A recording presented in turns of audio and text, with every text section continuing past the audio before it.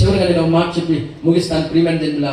ఇక చివరిది ఏంటంటే డీపర్ డేంజర్. మనం రోడ్డు మీద వెళ్తూ ఉన్నప్పుడు అక్కడ పెద్ద గుయ్యి ఉంది అనుకోండి, అక్కడ బోర్డు పెడతారు ఏమని, అపాయం. కాదు పోదని ముందుకు వచ్చావా పడతావు. బైబిల్ ఏం చెప్తుందంటే మనకి, ఇదిగో నరకం అనేది ఒకటి ఉంది, ఇదిగో నరకం అనేది ఒకటి ఉంది. నీవు పాపములనే మునిగి తేలి పాపములతోనే నీ జీవితాన్ని ముగించావంటే నువ్వు నరకములో పడటం తథ్యం. కాబట్టి నువ్వు ఆ పాపం నుంచి విడుదల పొందాలని, ఆ నరకము నుంచి తప్పించబడాలని దేవదేవుడి భూమి మీదకి వచ్చి నిన్ను పిలుస్తూ ఉన్నాడు. దయచేసి ఇది విని నీ యొక్క మార్గాన్ని మలుచుకొని దేవుని వైపు తిరిగావా సంతోషము, లేకపోతే అపాయం ఉంది జాగ్రత్త, అపాయం ఉంది జాగ్రత్త. నీ పాపము నిన్ను పట్టుకుంటుంది, విడిచిపెట్టదు. నీ పాపము నిన్ను పట్టుకొని నాశనం చేసే లోపే నీ పాపాన్ని విడిచిపెట్టే, లేకపోతే నువ్వు గొప్ప అపాయంలో ఉన్నావు, గొప్ప ప్రమాదంలో ఉన్నావు. రవాణా శాఖ వారు మనకు చెప్తారు, రోడ్డు మీద ప్రయాణం చేస్తున్నాడు, లెఫ్ట్కే ఉన్నాడు, నీ లెఫ్ట్నే నువ్వు ప్రయాణం చేయాలి. లేదా ఆ యొక్క ప్రీమియర్ సిగ్నల్స్ ఇచ్చినప్పుడు, సిగ్నల్స్ గ్రీన్ సిగ్నల్ వచ్చినప్పుడు వెళ్ళాలి, రెడ్ సిగ్నల్ వచ్చినప్పుడు ఆగాలని చెప్పాలి. వాటిని అధిగమిస్తే ఏమవుతుంది, ప్రమాదానికి గురవుతాం. అలాగే దేవుడు కూడా చెప్తున్నాడు, ఇదిగో నరకం అనేది ఉంది, జాగ్రత్త సుమి. నువ్వు కానీ కాదుకుపోదని ముందుకు వెళ్తే అనవసరంగా నరకంలో పడతావు. ప్రియమైన దేవునిరా, ఇదిగో సామెతల గ్రంథంలో మాట 29:18 చదువుతాం త్వరగా. సామెతల గ్రంథం 29:18. స్తోత్రం, హల్లెలూయా. దేవోక్తి లేని ఎడల జనులు కట్టు లేక తిరుగుదురు, ధర్మశాస్త్రమును అనుసరించి వాడు ధన్యుడు. దేవునికి స్తోత్రం. దేవోక్తి లేని ఎడల జనులు కట్టు లేక తిరుగుదురు. ఇదిగో మన రవాణా శాఖ, పోలీస్ శాఖ వారు ఎలాగైతే మనకు కొన్ని కట్టడలు నియమిస్తున్నప్పుడు వాటిని అధిగమించకుండా మనం ఉంటే క్షేమమో, అలాగే దేవుడు కూడా కొన్ని కట్టడలు పెట్టారు, వాటిని అధిగమించకుండా మనం ఉంటే మనం ధన్యులం, లేకపోతే మనం గొప్ప అపాయంలో ఉన్నాం. చూడండి, మీరు ఎవరిని ప్రపంచంలో ఒక పాస్టర్ గారిని అడగండి, ఒక ముస్లిం గురువుని అడగండి, లేదా పంతులు గారిని అడగండి, ఎవరిని అడిగినా కూడా నరకం అనేది ఉందంటే ఉందే, లేదని చెప్పడానికి లేదు. కానీ ఆ నరకం నుంచి తప్పించబడడానికి మార్గం ఏంటంటే కొందరికి తెలుసు. నేనంటాను ప్రియమైన దేవుడా, ఆ భయంకరమైన ఆ నరకం నుంచి తప్పించబడాలి. ఒకరోజు ఒక సహోదరుడు ఒక ప్రశ్న వేశాడు, నన్ను సువార్త ప్రకటిస్తున్న 6 బయట ఒక ప్రశ్న వేశాడు. ఏంటంటే చాలా మంచి ప్రశ్న వేసాడండి. అవును, కానీ మనం చనిపోతాం కదా, చనిపోయిన తర్వాత మన దేహం పాతిపెట్టబడుతుంది కదా, మన దేహం అంతా మట్టిలో కలిసిపోతుంది కదా, అప్పుడు నరకంలోకి వెళ్ళి ఖాళీది ఏముందండి, కాలానికి ఏముంది అక్కడ అని అడిగాడు. వండర్ఫుల్ ప్రశ్న. అసలు కాలానికి ఏముంది అక్కడ? ఎప్పుడైనా ఊహించారా ఇటువంటి ప్రశ్న? ఎవరికైనా వచ్చిందో సమాజమా? అసలు దేహమంతా మట్టిలో కలిసిపోతే కాలానికి ఏముంది నరకంలో?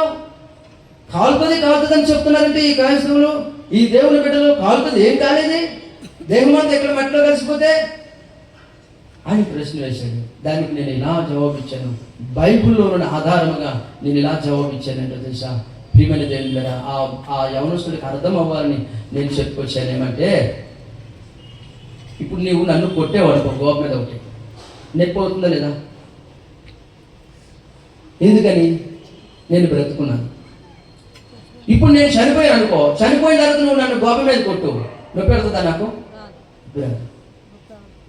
చనిపోయిన తర్వాత నువ్వు ఎంత కొట్టినా నాకు నొప్పి రాదు. కానీ నేను బ్రతుకున్నప్పుడు నువ్వు కొడితే నొప్పి కలుగుతుంది. ఏంటి తేడా అంటే, బ్రతికున్నప్పుడు నాలో ఆత్మ ఉంది, అప్పుడు నువ్వు కొడితే దానికి నొప్పి కలిగింది. చనిపోయినప్పుడు నాలో ఆత్మ లేదు, అప్పుడు నువ్వు ఎంత కొట్టినా నొప్పి కలగదు. అంటే ఇప్పుడు నొప్పి అనేది ఆత్మకా దేహానికా? ఆత్మకి. దేవునికి స్తోత్రం. దేహానికి కాదు. నువ్వు ఆత్మ పోయిన తర్వాత దేహాన్ని ఎంత గిల్లి కొట్టినా నరికినా ఏమి బాధ కలగదు, ఎందుకంటే అది దేహంకు సంబంధించింది కాదు, ఆత్మకు సంబంధించింది. కాబట్టి నువ్వు నరకంలోకి వెళ్ళినప్పుడు ఆత్మ కాలిపోతుందయ్యా, ఆత్మ వేదనయ్యా. అందుకే ప్రభు చెప్పాడు, అగ్ని ఆరదో పురుగు చావదు. ప్రకటన గ్రంథము 21వ అధ్యాయము 8వ వచనం చూస్తే త్వరగా చూద్దాం. ప్రకటన గ్రంథము 21వ అధ్యాయం 8వ వచనం చూద్దాం. పిరికివారును, అవిశ్వాసులను, నరహంతకులను, వ్యభిచారులను, మాంత్రికులను, విగ్రహాంతకులను ఆ. అగ్ని గంధములతో అగ్ని గంధకములతో గుండములో పాలు పొందుదురు. మండు గుండములో పాలు పొందుదురు. రెండవ మరణము. ఇది రెండవ మరణము. సరే, ఇది రెండవ మరణం అంటే ఏంటి? రెండవ మరణం అంటే ఏంటి? నరకం. మరొక మాట చూపి మనం ముగించుకుందాం. 22వ అధ్యాయం, అదే ప్రకటన గ్రంథం 22వ అధ్యాయం 15-16 వచనాలు. కుక్కలను, మాంత్రికులను, వ్యభిచారులను, నరహంతకులను, విగ్రహారాధకులను, అబద్ధమును ప్రేమించి జరిగించు ప్రతి వాడును వెలుపట ఉందురు. వెలుపట అంటే ఎక్కడ? దేవుని రాజ్యానికి వెలుపట. దేవుని రాజ్యానికి వెలుపట ఉంటాడు, నరకానికి లోపల ఉంటాడు. ఎవరి పేరైనను జీవగ్రంథంలో రాసినట్టుగా కనబడకపోయినా వాడి నరకంలో ఉంటాడు. నరకం కోసం దేవుడు హెచ్చరిస్తున్నాడు. యేసు ప్రభు జీవించినంత కాలము ప్రియమైన దేవుడా నరకం కోసం అనేక మార్లు బోధించాడు. కాబట్టి నరకం కోసం ప్రభు మనల్ని హెచ్చరిస్తూ ఉన్నాడు. చాలా డేంజర్ పొజిషన్లో ఉన్నావు సహోదరుడా, సహోదరి. నువ్వు ఒక్కవేళ నువ్వు ఇంకా నీ జీవితం అలాగే కొనసాగిస్తూ ఉంటే జాగ్రత్త, డీపర్ డేంజర్, అపాయంలో ఉన్నావు. దయచేసి ఈ క్రిస్మస్ సందర్భం, ఈ సంతోష సందర్భంలో మీరందరూ అటువంటి అపాయంలో పడకుండా ఉండాలని, మీ అందరికీ క్షేమం కలగాలని, మిమ్మల్ని అందరినీ దేవుడు దీవించాలని, మిమ్మల్ని అందరినీ దేవుడు మీకు సహాయం చేసి దేవుడు సహాయం అందుకొని మీరు అందరూ ఆశీర్వదించబడాలనే ఉద్దేశంతో సేవకులు ఎంతో భారంతో ఈ మీటింగ్ని ఏర్పాటు చేశారు. ఏదో సరదాగా కొరియోగ్రఫీ చేస్తున్నాం, సరదాగా స్కిట్లు వేస్తున్నాం, అవన్నీ అంతే. కానీ మూల కారణం ఏంటంటే మీరందరూ రక్షింపబడాలని, మీ అందరినీ దేవుడు దీవించాలని, మిమ్మల్ని అందరినీ దేవుడు ఆశీర్వదించాలని, మీ కుటుంబాలను దేవుడు ఆశీర్వదించాలని ఉద్దేశమే ఈ క్రిస్మస్ మీటింగులు. కాబట్టి ప్రియమైన దేవుని హృదయం అనే పలక మీద వీటన్నిటిని రాసుకో. నెంబర్ 1 ఏ ఫర్ ఏంజల్, దేవదూత శుభవర్తమానాన్ని మన హృదయం అనే పలక మీద రాసుకోవాలి. బి ఫర్ బాడీ, అంటే మన దేహము దేవుని ఆలయం అని గుర్తుంచుకోవాలి. సి ఫర్ కన్సిడర్, అంటే ఆలోచించు. ఏం చేస్తున్నావు, ఏం తింటున్నావు, ఎలా బ్రతుకుతున్నావు ఒక్కసారి ఆలోచించు. దేవుని కొరకు ఒక ఎంతైనా నువ్వు ఒక అడుగు ముందుకు వేస్తే నీ జీవితం ధన్యం. చివరిగా డి ఫర్ డేంజర్, ఇదిగో నరకం ఉంది, దాటి వెళ్ళేవా ప్రమాదంలో పడతావు.